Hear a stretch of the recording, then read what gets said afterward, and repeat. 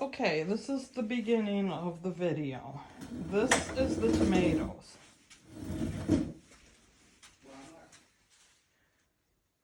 When you see that it says the water is low and it's red, then it needs to have water put in. Only on the tomato side, I'm not worrying about the other side. So on this end, by the tomatoes, there's a little door inside the corner right here, and you just have to take it out. See the little door? And then you just fill it inside there where the water hole is.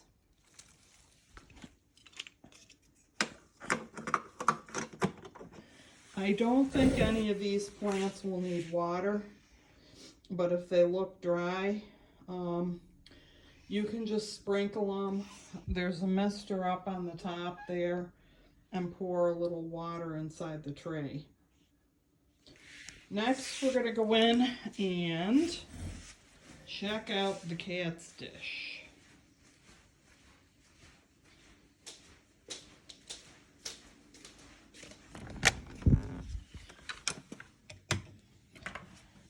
Sammy licks herself excessively, so you might see that she's coughed up a hairball or a little bit of food.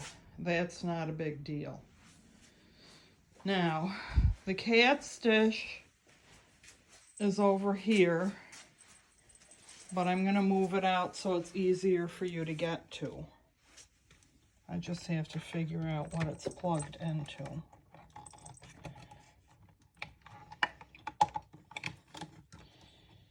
Okay, and this is what the cat's dish looks like. Move. Sam, move. Now, what you have to do to get the top open, it has like the letters up here that say open and close. So you just have to turn it like this and then it lifts off. And then you just have to line up the little thingies and turn it and put it back. It all stays together.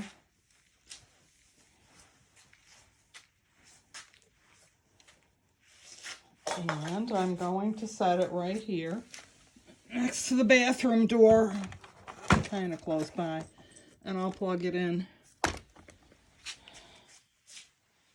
as you can see right there. Now, to fill it up, I just open the top, and then I come over here. In front of the closet door is this box. And every time I fill it, I put in 2 of these yogurt containers full of food. And you just have to pour it in there. The machine does the whole thing itself. So I pour it in. I guess you can't see. It just goes in the top. Very easy. Get out of there. Sorry. Okay, get out. Out. You piggy girl. Now, if it looks like it's not all going to fit, then I put it actually in the tray. And as long as it's up to the top, you know, but not too high up, the lid will fit back on nice and easy. And then it goes off, and they have their feeding 4 times a day. If you ever get where the cats are outside of the room, you know, because you open the door and they go outside the room, but you want to get them back in the room, if you hit this button on the back here,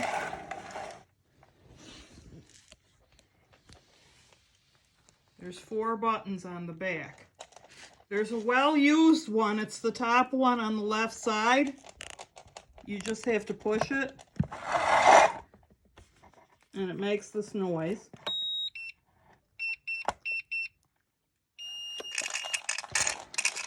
And the cats will come running when they hear that. So that's pretty much everything. I left you 2 keys. One does the top lock. I mean, you might not even use the top lock on the front of the house. You might want to close it at night when you go to sleep. But if you you know, if you don't want to do it during the day, just lock the bottom one that's on the handle to the door. And that's about everything. The key that fits the handle on the door is a solid key, and the one that fits the top lock has, like, you know, the little cutouts like on it, so you'll recognize it. And I wrote on it with black Sharpie pen, you know, which one is the top. T for top and B for bottom. I don't think there's anything else. I mean, everything else in the house works just like, you know, normal. The microwave. If there's anything in the refrigerator that catches your fancy, help yourself. And I'm not exactly sure when we'll be back. It's going to take us 3 days to drive up there and 3 days to drive back down here. And Tim's going to need like a little turnaround time. Like, we're probably going to stay there for 4 days. So hopefully that's okay with you. But I mean, you know, if you have other obligations that you have to be at your house for, that's fine.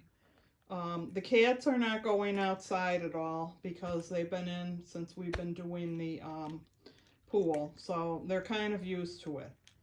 Now, the other thing is these stupid cat litter boxes. This is what I was talking about, that they have the drawer on the side. So what I do is I just take the cat litter box and you grab it on this side, the left-hand side as you're facing it, and you just completely roll it over, practically onto its back.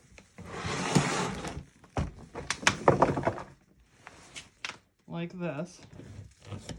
And then I bang it. And the clumps come out. It would have been easier if I had somebody else to film me doing this, but anyways. It will get pretty nasty after a couple of days, so if you can do it every few days, that would be great. Now, once you do that, once you roll it over and you roll it right onto its top, you bang on the bottom and then you roll it back over. The next thing you have to do is just do this, and then the sifted stuff comes out from the side where the sifter is. And then all you have to do is take the drawer out, and all the little poopies will be inside of there. And then I just put it in a plastic bag. I'll leave you some plastic bags. There's 2 of these litter boxes in the bedroom, and I will put fresh litter in. The little one is easier for you to see how it works. It works the same as the big one, but I just roll it over on its side, the opposite side. I push it from where the door is, and then I have it upside down, and then I bang on the top.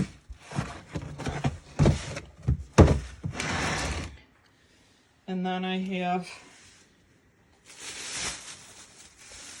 the litter back over into the box part. And then I take the drawer out, and all the little things are inside the drawer. It's about as easy as it gets without it being a electric one. So, if you have any questions, feel free to call. I'm going to fill these up with fresh litter before we go, so it should be good for a few days. I will talk to you soon, and if you have any problems, feel free to call. Bye.